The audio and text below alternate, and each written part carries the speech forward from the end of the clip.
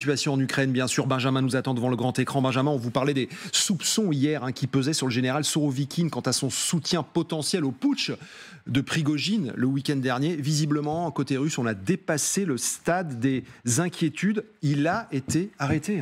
Oui, alors hier, c'était encore une rumeur insistante.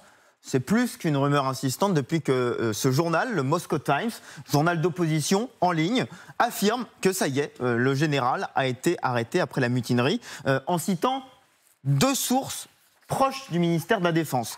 Ce que dit la première source, il y a deux citations. Une première source dit que la situation le concernant n'était pas OK, je cite, pour les autorités, sans en dire plus. Puis une seconde source qui affirme qu'apparemment, il a choisi le camp de Prigojine durant la rébellion et, là il parle à l'indicatif, ils l'ont attrapé.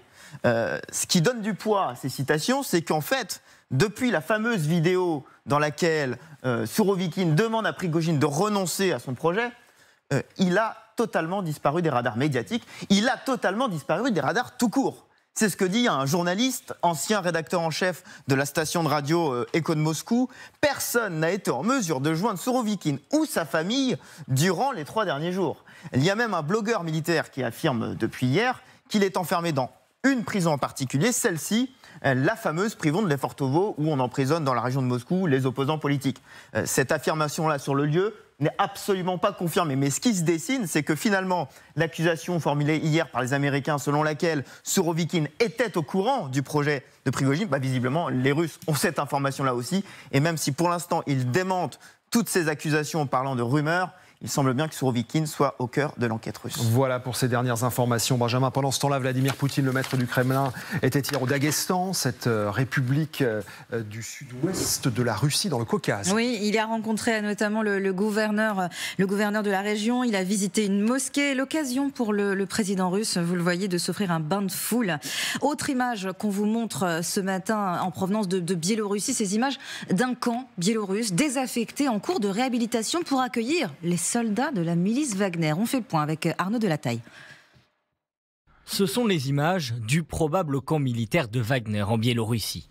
La base désaffectée de Tsel, située près de la ville d'Assipovitchi au sud de Minsk, serait en cours de réhabilitation pour héberger les soldats de la milice. Tout en restant évasif, le président biélorusse a confirmé à demi-mot que cette base pourrait bien être le point de chute de Wagner. Nous n'avons pas construit de camp, mais si le groupe Wagner veut, comme je l'ai compris, s'installer sur notre territoire, nous ferons tout pour les aider. Ils peuvent installer leur camp ici. Pour le moment, ils sont toujours dans leur camp de Louhansk.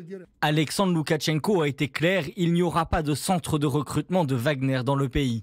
Le président biélorusse a également confirmé que les hommes de la milice ne seront pas en charge de la surveillance des armes nucléaires disposées dans son pays. Depuis le début du déclenchement d'agression, vous avez des installations qui sont reprises, rénovées, etc. Et ça correspond davantage à la permanence d'une présence russe dans une Biélorussie vassalisée qu'à un chantier qui aurait été ouvert cette nuit. C'est juste ça. En attendant, Evgeny Prigojine ne donne toujours aucun signe de vie. Selon un média biélorusse, le chef de la milice serait bien arrivé en Biélorussie. Voilà, même si Prigojine pour l'instant inexistant, il y a de la réactivité chez Wagner qui tout de suite redéploie ses forces, colonel. Mais en fait, l'idée, c'était surtout pas de les maintenir sur le front, parce qu'on a vu ce que ça avait donné. Donc la relève des unités de Wagner a eu lieu. Maintenant, l'intégration des restes de l'ancien Wagner ou de Wagner Old Fashion sont faits dans l'armée russe. Le nouveau Wagner, le New Brand de Wagner, ce sera... Alors là, ça peut être inquiétant pour les Lituaniens. Et d'ailleurs, le président lituanien l'a tout de suite senti dès qu'il a entendu les premières rumeurs à ce sujet. Pourquoi faire d'abord cette base Wagner? À mon avis, ils ne vont pas jouer à la belote ou au bridge pendant leur temps. Ils vont peut-être un peu entraîner quelques forces spéciales biélorusses ou des Vénézuéliens, par exemple. L'intérêt, c'est de montrer que Wagner est une firme multinationale et pas liée uniquement à la Russie. Alors même si la Biélorussie est vassale, je rappelle qu'il y a toujours une ambassade d'Ukraine en Biélorussie qui ouvre à 9h30 tous les matins et que la heure de là-bas encore aujourd'hui, bien entendu. Et il n'y a pas de guerre entre la Biélorussie et l'Ukraine. Donc, si vous voulez, c'est tout bon. Et bien sûr, ils auraient pu s'installer aussi au Venezuela, si vous voulez. Ça aurait été un peu plus loin, mais peut-être moins efficace pour recevoir les ordres du Kremlin. Parce que dans le Wagner New Brand, ou Nouveau Wagner, il y aura certainement des liens beaucoup plus